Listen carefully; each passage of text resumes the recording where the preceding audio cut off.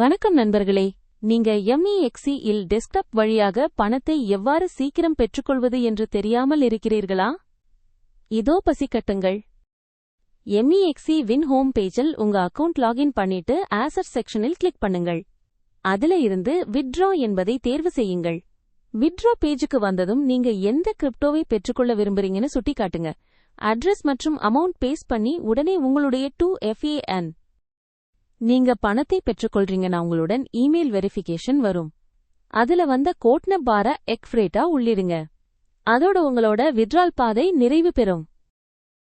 MEXC ஆனது வித்ட்ரால்ஸுக்கு இண்டஸ்ட்ரியில் lowest ஃபீஸை வழங்கும்.